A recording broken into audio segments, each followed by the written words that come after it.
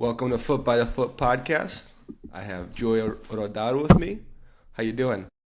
I'm good, and thanks for having me. Of course, of course. For people that don't know, Julia is currently playing for London City Lioness, Swedish international midfielder. Played in the Swedish league, played in the NWSL, went through the college experience in the U.S. To kind of give kind of a little background. So welcome. Talk to me about your experience at London City. Playing right now, obviously in the Super League, one of the top leagues in the world for women right now. Talk to me about your experience. How has that been going for you guys this season? Yeah. Yeah, I would say, I mean, I was here from kind of like the start when we started in championship last year. It's a new, kind of like a new club. We got a new owner, Michelle Kang, that also owns Washington Spirit and Lyon. So I feel like a lot has been invested since last year, and now, yeah, we won the championship last year, so now we're in the WSL, and I would say it's a big difference from championship to this year. The league is very competitive, very physical, a lot of great players, like world class players. I think we have adapted well, and we got 17 new players in the summer window. I mean, we're building kind of like a new team, but I think we've been doing well, and we're competing against the best. I think it's for being the first year in WSL. I'm proud of us. Yeah. Uh, how was that experience getting promoted? Obviously, when you think about second tiers anywhere in the world, only I don't know how it is right now in the championship, but I believe three teams get promoted, kind of similar to the Yeah. So Premier League. last year was one team promoted, One team. so So it was very difficult, I would say. yeah, so I was gonna say, talk to you about how how that year went. Of what did you guys have to put into getting promoted? One team, very competitive. I can only imagine. I watched the championship on the men's side, and it's just constant duels, and it's like the life is ending. So talk to me about that. Yeah, I would say every game felt like a battle, and like I would say the football or soccer like it isn't great because I think it's more of like what team is the most physical and what team can run the most. So I think it was so important to always take the 3 points, and sometimes like the games weren't that great, but like we focused on winning the games, and I think we struggled a bit in the fall season, but like in the spring we ended up like getting, because we weren't even in the top, I think, in the winter window, but we were still up there. But then it ended up being the last game of the year. We were playing the second team, so we were first and they were the seconds, which is also so crazy that it ended up kind of being a final. So if they would have won, they would have won the league, and like we ended up winning. So we got promoted. So I think I have never been that nervous before in my whole career, but because I knew coming here we wanted to win the league, and like we had a lot of pressure on us to win that year, and yeah, I'm so happy we won, and we could actually like really enjoy the off season in the summer and then come back and play in the WSL. So yeah, it was a great year. Yeah, I can only imagine, especially with one team, the pressure, going a full season and coming short would hurt. I mean, you put in all that time and work, and to come just a smidge off of making it, getting promoted would be very difficult. Um, Yeah, so I think yeah, so that was obviously, the like why yeah, we so were obviously, so nervous. Yeah. yeah, for sure. So obviously, getting promoted, style of play obviously changes now. You have a lot of influence from top coaches around the world. Obviously, you said top players, but now you also probably have top managers as well. Talk to me about the difference between the championship and the Super League, and now adapting to playing against different styles of play. You also mentioned that you guys recently brought in a Spanish coach. How does that look for you guys in terms of what is how are you guys playing right now? Yeah, I would say now it's like it's a lot about like positional, like how we as a team can like how do you say, like beat the different teams we're playing against, because I think everyone in this league is tactical very, very well. I think that has been a challenge. We have to adapt a little bit depending on if we're playing a 4-4-2, if we're playing a 4-2-3-1, like different like positions, and how we will solve different like positions within the team. So I think now having like Spanish player or Spanish coaches brought in, I think we have learned a lot about like those little changes that we can do, depending on who we play. Yeah. Talk to me a little bit about the support you guys have as a club from the city. Obviously, London, on the map, it's obviously a small city, but in relation to the game, you have so many clubs in London, from the men's side to the women's side. Talking about the support that you guys have from the fans, what's the feel like in the city? In terms of, obviously you have other big clubs like Arsenal and Chelsea who have, I'm sure, very big fan bases, but how are you guys competing to get that market share of fans? Yeah, I would say, I mean, we're a young club, and we cannot at the moment like compete with the how many fans like Arsenal, Chelsea, West Ham. Like there's so many London teams that have a really long history, but I would say that now, like, for being such a young club and just got promoted, I think this club is like really doing well to bring in like another club that you can cheer for. Like we are in the southeast London, which no other clubs really are in the southeast. I mean, Crystal Palace is, but they're not in the top league at the moment. So I feel like from last year to this year, like we have gotten a lot of more fans, and I think we tried to create like things around the games as well. So like I think we also want to bring in like younger younger female teams and girls clubs that can come and watch our games. So I think we've like done well for being such a new team.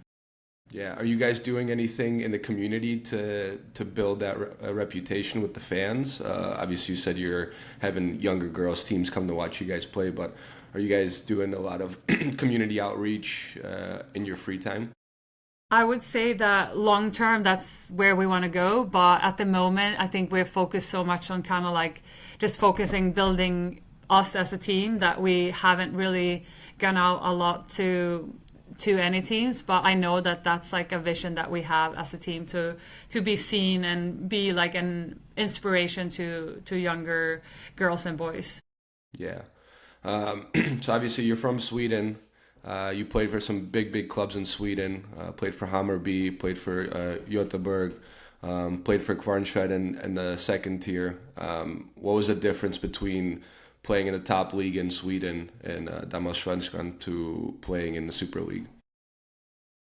I think that Damallsvenskan is like used to be one of the better leagues in the world, but I feel like at the moment it's more like creating, good talent and then maybe sell it to bigger leagues. And then of course a few that also like move back home that has been away. So I think it's a league that has both like a lot of talent, but also great players that have been out in Europe or in the US and like are coming home. And I think like the fan base that we have in Sweden is kind of cool. Like, I mean, Hammarby, when I played for there, we had 8,000 traveling to an away game when we won the league. And I think that's like something very unique and was really cool to experience that also. Like, it's a different league, but still a very good one. Yeah. What was it like playing for the big clubs in Sweden? Obviously, right now you guys, like I said, obviously Chelsea, Arsenal, you get big fan bases you're playing against them. But what was it like playing in Sweden? What was that experience like for you? I would say it was very good, like coming from Kvarnsveden, and then I moved to Gothenburg, and I think that was a good move for me, just to kind of like move somewhere within Sweden but away from my family. And we won as well when I played in Gothenburg. So it was maybe it was during COVID, so like we couldn't really celebrate with the fans, but I would say the football really developed me as a player. And yeah, it got me the chance to go to the US after that. But I would say playing in Sweden like has always been a dream from when you're young. So I think that was cool to like, make that step, and then from there like different goals or dreams came up in my mind. So Yeah. that's when I kind of moved abroad, but definitely like a good step for me in my career to play in the Swedish top league. I feel like right now is maybe more towards the tail end, but I feel like you're part of a golden generation of the women's side in Sweden. Obviously, third place finish in the World Cup, Olympic silver medalist in 2020 as well. Uh, what do you attribute that success to in terms of that generation of, of women's soccer or women's football in Sweden? Yeah, I feel like that the generation when I was there, I mean, even a few years before I got called up and a few years after, but I would say that I feel like the whole generation knows what hard work is and knows what like great teamwork is. So I think that brought us like so long, because I think we were like 23 players that were really close to each other, and it didn't matter if you started the game or if you ended the game or if you were on the bench. I think the whole group was very respected and hardworking, and I think that has been such a success for Sweden, that we were a great team and had a few individuals, of course, that could change the game, but I think the base of being a team like is so important to do well in those tournaments. Yeah, totally. Talk to me about, I mean, obviously being part of, I don't know how many girls got invited to these camps, but talk to me about the competitive nature of getting competitive nature and the pressure of getting called into a World Cup, getting called into an Olympics. How did you cope with that? Were there moments where you doubted that you might make the roster? Yeah, of course. I mean, it's always like a challenge with your brain, kind of, but I feel like I've always tried to kind of like see it as a bonus. Like, you play football your whole life and every day, and like making those rosters is like it's a dream in the back of your mind, but you have to always kind of be like here and now when you play for your club as well. So I feel like my dream was always to make those rosters and try to work as hard as I could every day to make it. And then, I mean, it's up to someone else's. Like, there is a coach that has to choose you. So I think sometimes I'm like, oh, I should have chosen another sport when it's like a time or something. But so I think I've been humble with that and kind of like strive for it, but also I didn't want to get too disappointed if I didn't get picked. So I think it's important to have a balance. Like, it's not the end of the world. There will be another opportunity for you, and kind of like be happy with your everyday life. Yeah.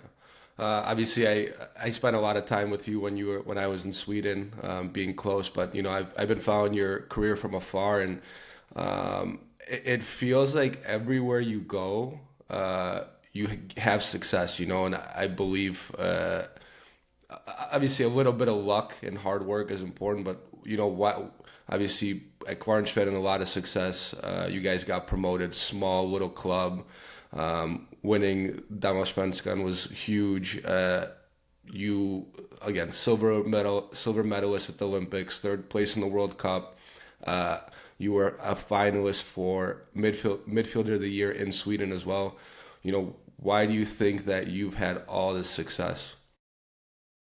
I think maybe like thank you also for Yeah. all the praise, but I think I've always tried to have like the right gut feeling where I've been going, like what clubs I have decided to go to. And I think if you like have won one year, like you want to keep winning. So I think uh, it's been like a, how do you say, like I've been loving winning things. So I think I've been trying to like go for teams that want to be at the top, and then once I have decided for a club, I think I as a individual always try to be very team oriented, like try to praise my teammates, try to be like a positive player on and off the field, just to make people feel like, because I think a winning, if you're gonna win, like everyone has to feel confident and have to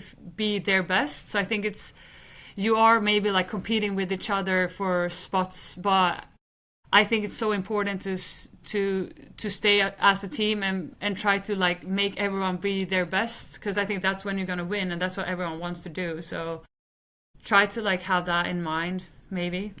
Yeah, no, for sure. I think, Yeah.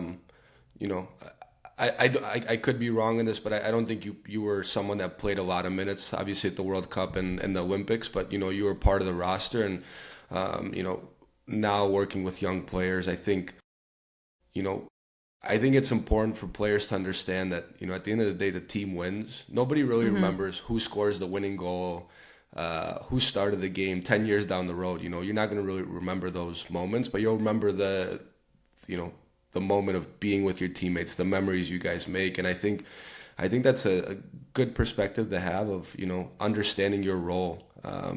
Do you feel like it's important for you to understand that role going into, for example, going into a club like Hammarby or going into playing with the Washington Spirit, understanding your role? Is that something that has been communicated to you before, or is that, kind of the coach will give you that information throughout the season? Obviously, you're going to have ups and downs. You're going to have good moments in the season, bad moments in the season, but do you think that's important to stay like mentally sharp, knowing what your role is?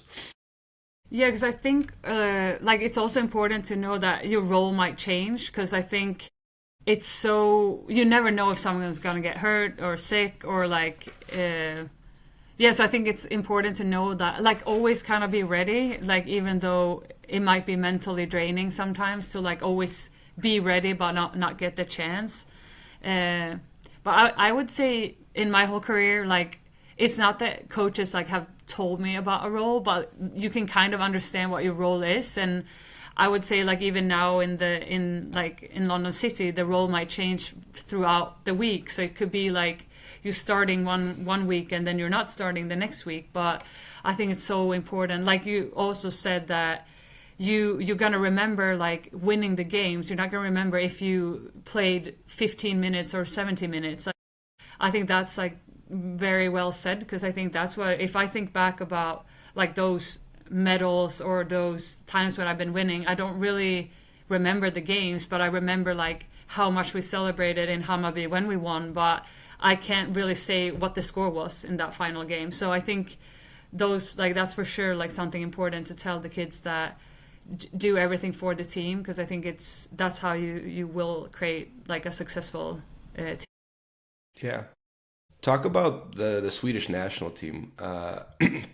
Obviously, we spoke a bit about this being a golden generation, but talk to me about how what's attributed to the success of the team. How's your role within the team been played? Any fun stories through the moments that you've had that you could share?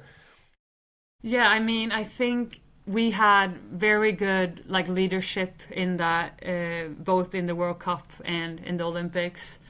And like you said, like I didn't play a lot of minutes, but I think I also kind of like don't remember, like you remember all the trainings you had and like how fun it was seeing. I mean, when we had the World Cup in France, we stayed in so many cool places around France. And I mean, in the Olympics in Tokyo, it was during COVID, so it was crazy how much, we had to like spit every morning. We had to spit in a little tube or whatever, and yeah, to see that no one had corona. So like Yeah. little things like that was like just disgusting. Because if you came late, you had to see.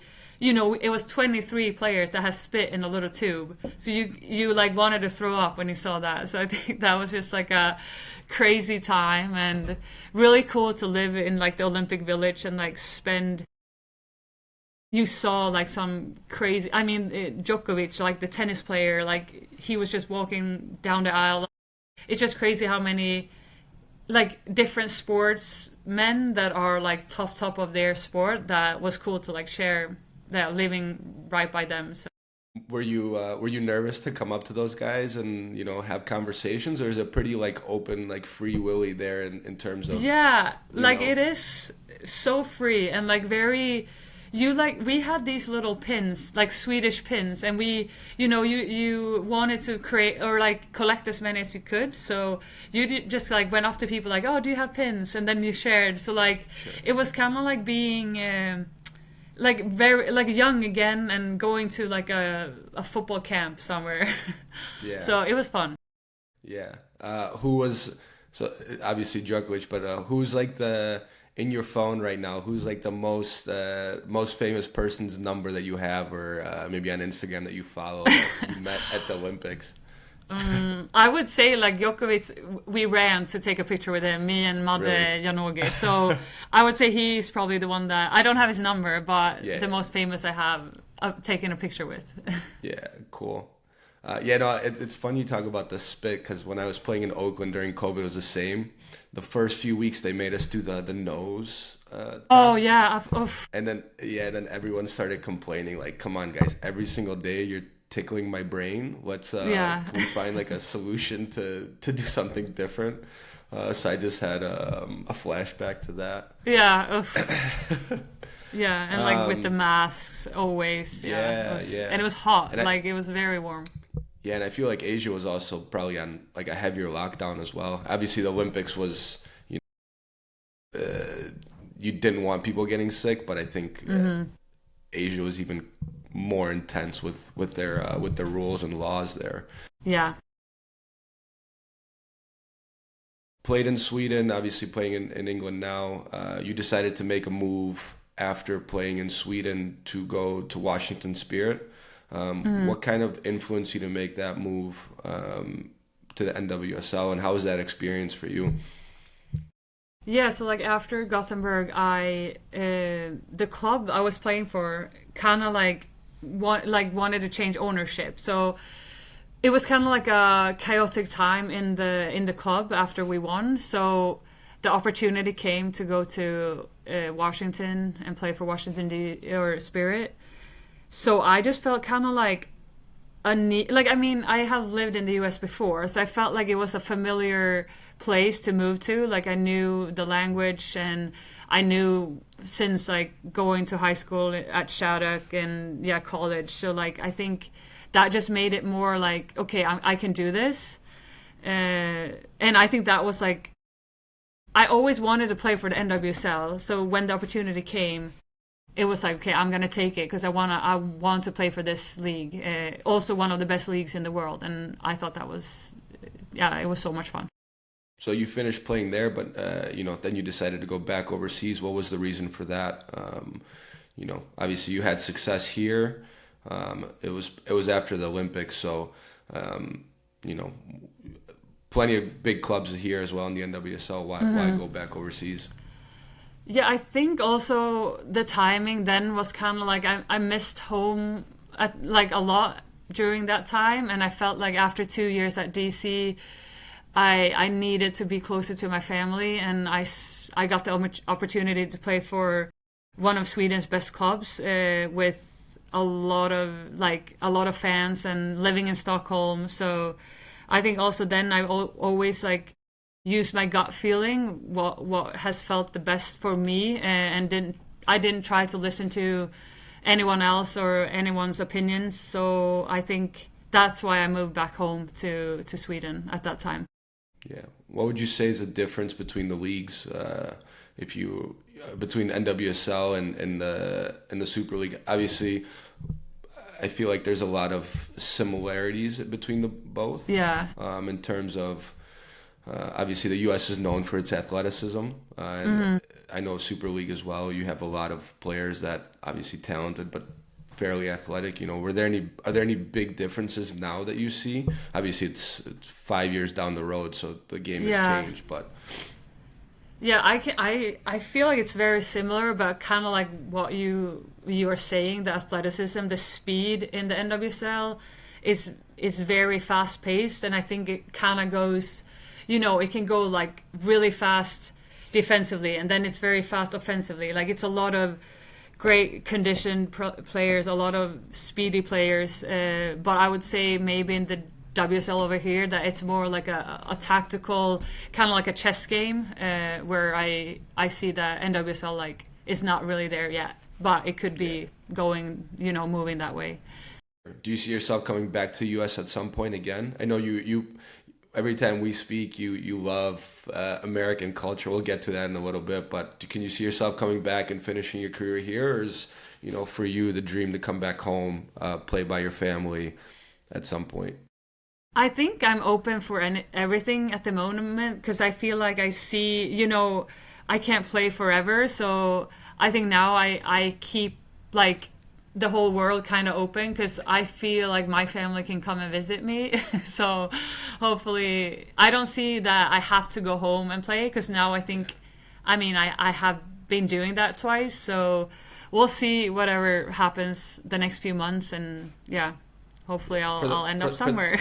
for the people that don't know, your family is your like biggest fans. So I know that Anders is gonna show up anywhere to come watch you play. Yeah, Uh, definitely. yeah. So, So you spoke a lot about the gut feeling of making all these moves, but you know who was kind of like instrumental in that for you? And I know you have outside influences, in terms of family, but is are agents a big influence for you? Are you working with somebody now, or have you kind of navigated everything on your own through your time playing? yes, I've had the same agent since Gothenburg, so like 2019, 2018, something like that. And I feel like, of course, there is a conversation always, but I would say it's always up to me and what I feel. And of course, I speak a lot to my family, my husband, like try to see what's best for us. And I think that has also been nice that like my husband been moving with me everywhere. So like you have someone safe with you because I think moving alone is like a challenge because you have so much time where you're just waiting for the next day or like yeah waiting for the next training session. So I think having someone at home like makes everything way easier. Yeah. Um, Obviously, the game is not always fair in terms of, you've earned the fact that you have, for you now to find a club is not difficult, right? Tomorrow, for example, if you were released, you have such a big resume to show for yourself. But when you first started, it was a little more difficult. You were a fish out of water coming out of college. What was your mindset uh, early on in your career and like staying kind of like patient? Because obviously you've always been a talented player. I remember watching you play. It was like, wow, you don't play like a girl. You compete and but you have to be patient. Talk to me about the early stages of your career and like playing for a local club like Kvarnsveden where you guys played in like a little park. You had very little fans. Obviously, had a lot of success, but you got to stay patient. Talk to me about like the mental game that you had to play with yourself.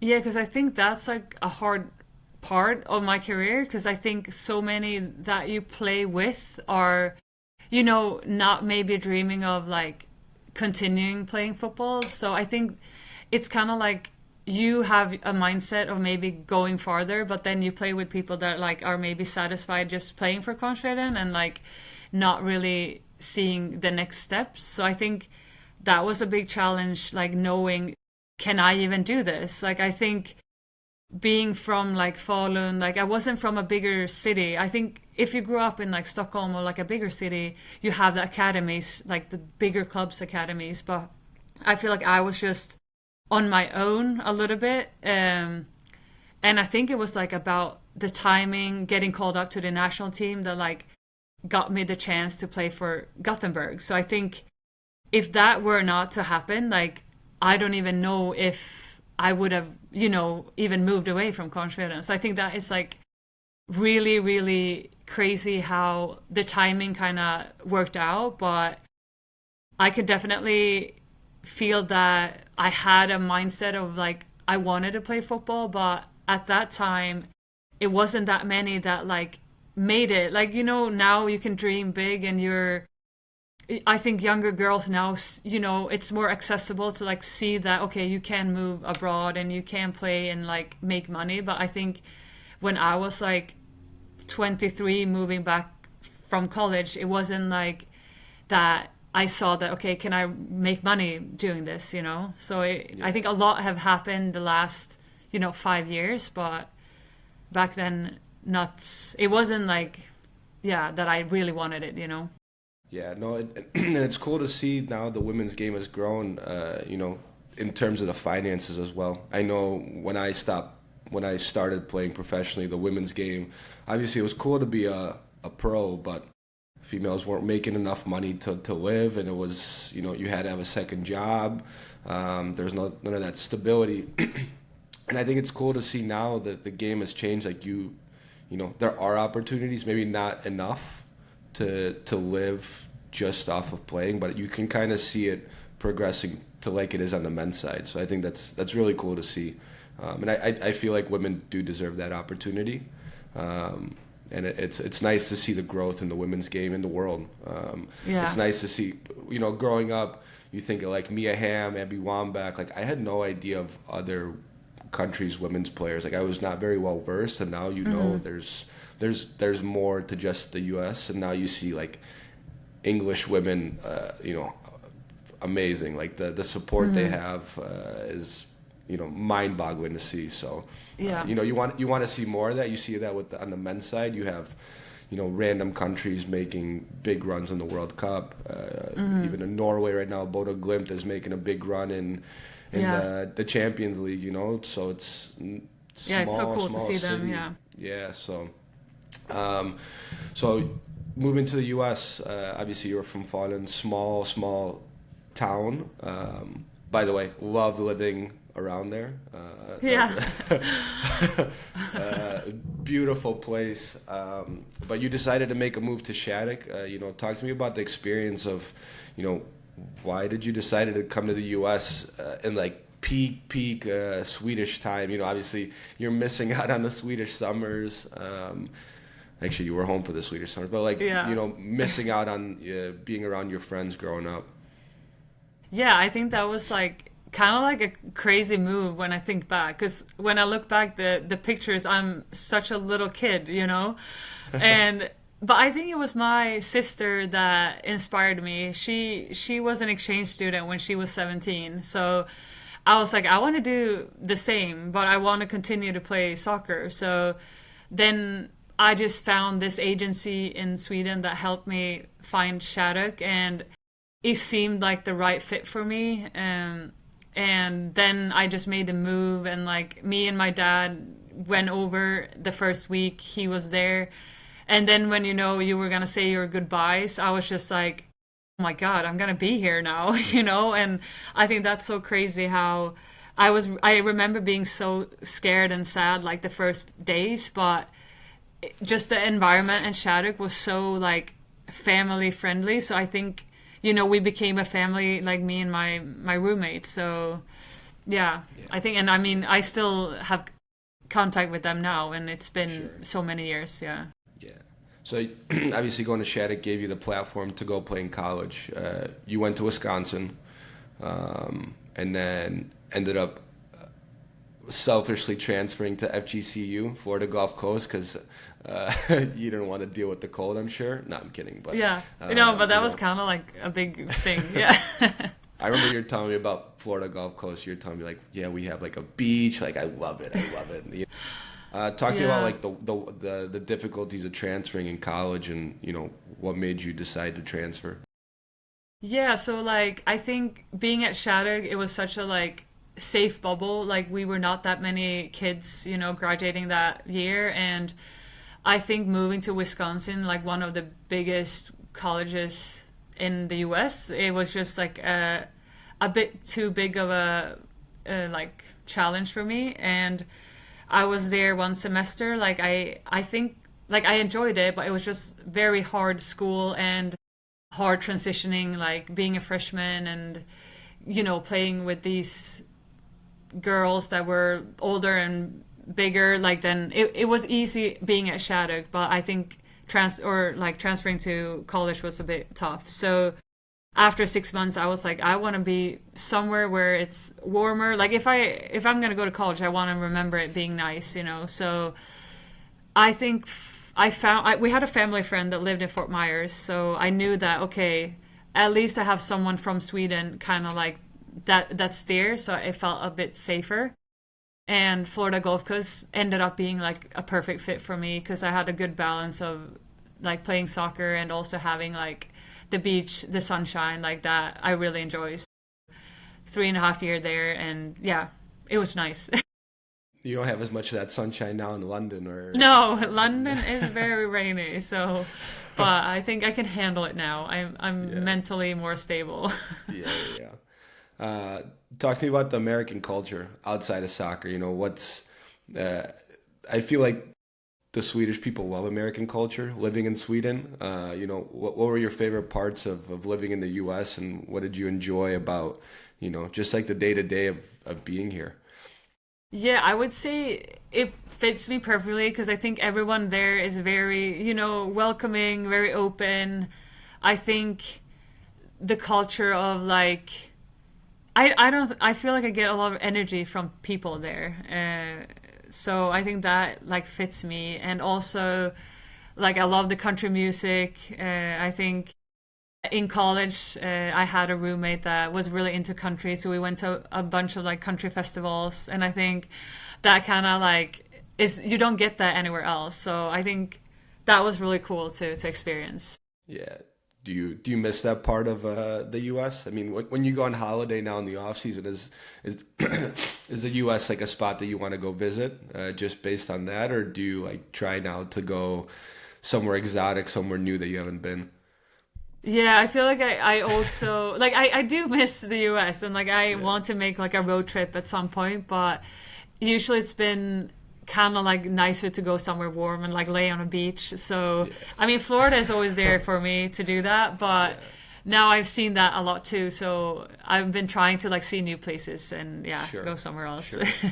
Sure. Kind of coming back to the soccer side, obviously very physically demanding. Talk to me about your routine as a player in season, out of season. You're not 23 anymore. Taking No, care of I your can feel body's that. like, yeah. Taking care of your body's like probably the most important part now as a player, and the demands are intense. Obviously, the pressure to succeed is high. What's something that's a staple of your routine now that you can't live without? Yeah, I would say like we have really nice like physios and stuff here that we get massages. So I think I mean I get a massage every day. It's for 20 minutes, maybe 40 minutes, but I think that keeps me kind of like flexible and everything. I do a lot of like Normatec. I don't know if you know like the Yeah, pressure yeah, on your yeah, yeah. So I try to put that in my routine as well. We do really good prehab before training, so I think that keeps you also like how do you say like I'm prepared going into training, and then we always have strength after the session. I mean, we probably train for like 2.5 to 3 hours, kind of like back to back, and then I try to be eat a lot. Like I need the fuel every day, so I think that has been big too to just kind of like try and eat well, and of course having days where I'm not thinking about football and I eat something not not healthy, but sure. I think it's a balance of like you have to be a professional as many times of the week, but also enjoy your life because like I think you're gonna regret being just 100% soccer if you forget to live. So I try to do that Yeah. too. Do you feel like you have the same access now that you had in Washington and Sweden? Do you have the same access to all the external things that you're talking about, like the masseuses, the Normatex, or do you feel like right now you guys kind of have everything you need to succeed?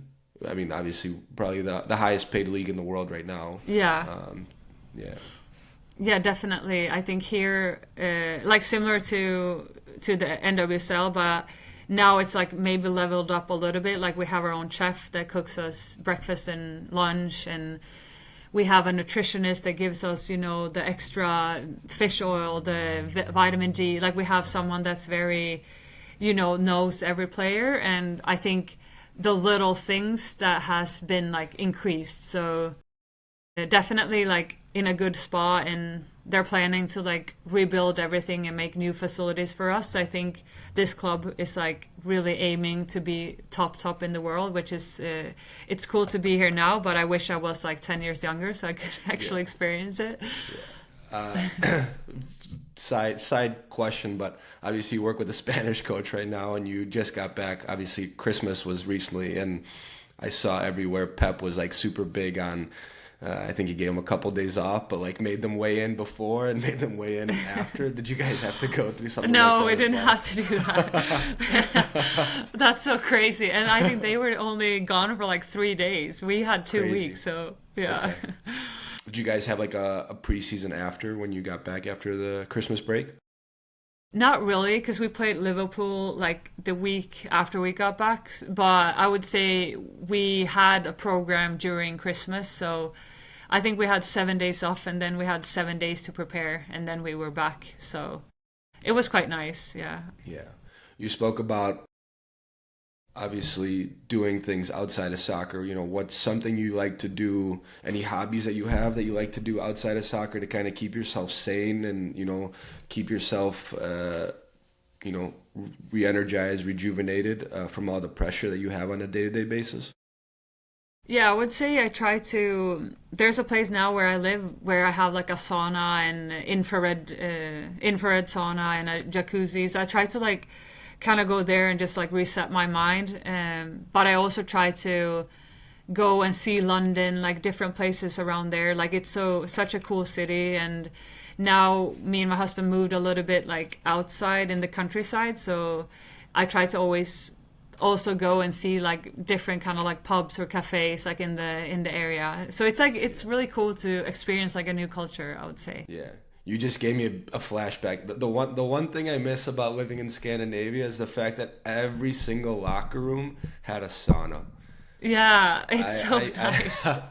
Oh my God, I miss sauna so much. No, for me the sauna is the best. You Yeah. know, 15, 20 minutes after training. Uh, I don't know. There's something about going in a sauna and coming out after, and obviously Yeah. you lose a lot of water weight after training, but you lose a lot of water weight in the sauna as well. But something about you feel light. You feel like you can fly after. Yeah, After I one think of it's a those sauna nice sessions. reset, and yeah, I try and do that a lot. Yeah. Um, what's something you do in the off season? Obviously, you've been playing for quite a bit now. You know, what is like an area that you like to train? You know, you take. I'm sure you reflect on the season and you know the positives and negatives, but what bridge do you try and gap in the off season to improve your game to continue to stay at peak level to play at you know the highest level? Yeah, I try to always kind of like be resting. Like I try to rest as much as I can, but still kind of stay in like a base level. So I like to like go on runs and stuff. And usually now, I mean, we get kind of like a program that we have to do, but I think it's so important to like actually switch off and kind of heal all the like now the older I get, like some small problems that you create throughout the season, but so you need to like kind of reset and not like not do too much. So I think that has been good lately. That I really end up resting for a longer period and then rebuild to a base level, and then once I'm back, I can push pretty hard. Yeah. Do you train on your own in the off season, or do you have a trainer that you work with? Do you think that I you know train on my what's going?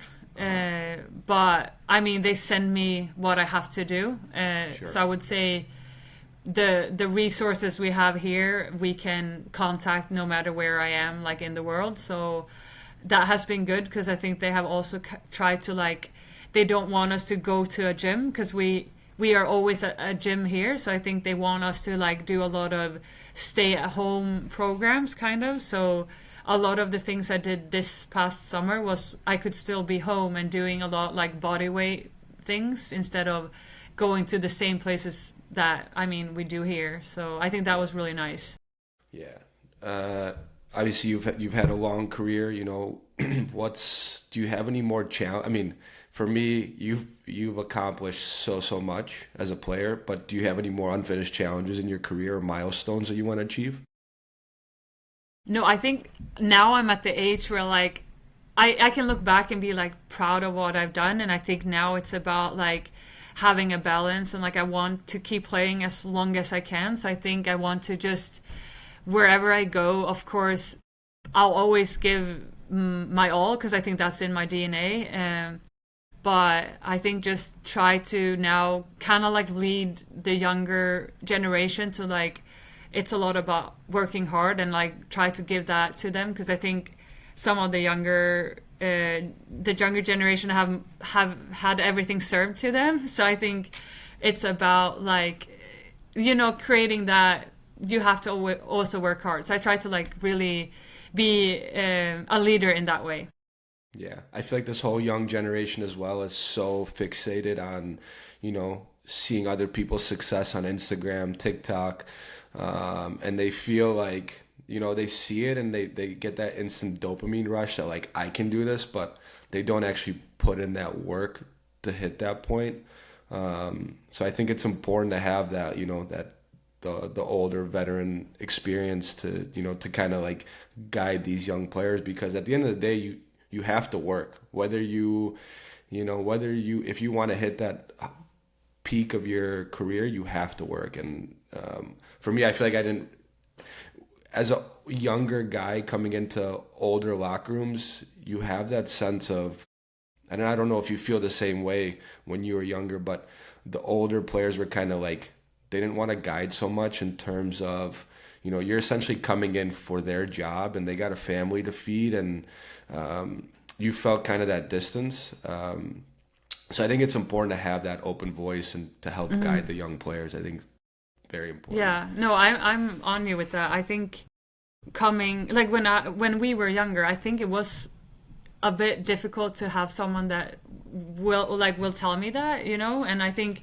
now I try to be very open to them and they're not going to be scared of me, like so I try to have a friendly like more an inspiration and be like I want them to remember me as like someone that were there for them rather than someone they were scared of, I think. Yeah.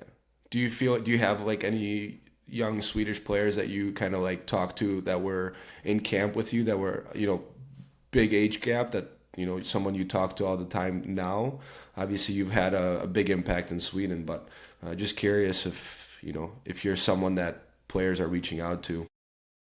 I would say like a few of my closest friends that I mean I played in the Olympics and World Cup with that we try like she's a few years younger than me, not maybe a big age gap, but I think sometimes we just like keep talking to each other just to stay, motivated. It's gonna be up and downs, but like always stay ready and like keep working hard. And I think that it's like nice to have someone that you can, have that little conversations with, even if you're not in the same place. Yeah, yeah. Do you have any? I mean, I'm not pushing you to finish your career, but do you have any ideas of like, obviously starting to plan something I didn't do a good job of, and thinking forward to what soccer looks like after you're done playing? Have you had some thought? Yeah, I think it's hard when you're in, now playing because I think there's not much time to like think about what I'm gonna do next. But I hope that I can stay somehow in soccer, like just being playing on this level for so long. I hope that I can, if it's not gonna be on the pitch, like do something back office. What it comes to like merchandise or like something within a club that I could use maybe my college degree because I think that has been nice to knowing that okay at least I have a bachelor's degree like that I have done because I think it is a bit stressful if I didn't have that just to I played football for a long time but now at least I have something that I can like go back to and figure it out. Yeah, no, I'm with you on that too. When I stopped playing, obviously I had the college degree. Mine was my college degree was a little harder. I obtained it. Took me. I dropped out, and then was what, 6 years, 7 years after I got my degree. But it was nice knowing that I got my degree. But it's Yeah. hard to just like transition to doing something different outside the game when you live, breathe the game Yeah. every single day. Yeah, that's kind of why I got into coaching as well, because it was you enjoy being. For me, the thing I miss the most about playing is the locker room. It Yeah. was nice. It was nice of you to mention that earlier, of like not remembering, the results, but Mm-hmm. remembering the moments you create. And I think that's the hardest part for a player, that older people tell you about it, but you don't really realize until you're out of that kind of Yeah. environment, that you won't recreate that kind of locker room and the banter that you have, and the moments off the field, even training. I think I have more memories of training than I do of games. Yeah, definitely. You Because know, it's every the day. Yeah. yeah, every day, and you compete, and if you have a good internal environment within your team, uh, it makes it just that much sweeter. Yeah. Kind of like last segue, obviously World Cup is coming up. Wanted to get your thoughts on, what you think about the World Cup being in the US, what it would do to the growth of the game in North America. Yeah, I mean, I wish I was there now, to be there. Yeah. But I think that's gonna be such a big, thing, and I think the Americans are so good to like, the best cheerleaders. How do you say? I think experience like all the games there is gonna be amazing, and maybe I mean if I'm gonna be in off season, then I hope I can maybe make it to a few games. That would be sick. Yeah. Who do you think, who's like one player that you're excited to watch in the World Cup? I would say Mbappe. Yeah, that's fair. What about him do you like? What's the attraction to him? The speed that he has, and like I think he can be like a game changer, So I think that will be like someone that I will watch for sure. Yeah. What about in terms of like any teams that you're excited to watch? Um, Obviously, there's Yeah, probably a lot of chatter in England about England's gonna bring it home, but yeah. is I mean, I'm sad that Sweden hasn't, done well in the qualification. I don't even know if it's possible for them to yeah, make it, but I mean, it's also like if I were to stay here in England, it's gonna be fun, going to the pubs here and watch the games. But to be honest, I haven't really watched a lot of England's men's team, so I'm not really like I can't even tell you that I like how good they yeah, are at the moment. So yeah. Do you, when you do have time, do you go watch other games, or when you leave the pitch, you don't want to really go watch another game? no, I think living in London, I have been going to a lot of games, to Tottenham, like to see the men's team, Yeah, and so I think I try like I love football, and I think seeing live football in England it's an experience. So it's different. whenever whenever I have time, or if the off days are working, like I try to do that as well. So I think it's cool here. Living here, we have so many options to watch. Like even if it's like League One or League Two, I think it's fun. Yeah, I feel like you could probably go watch a game every single day if you wanted to.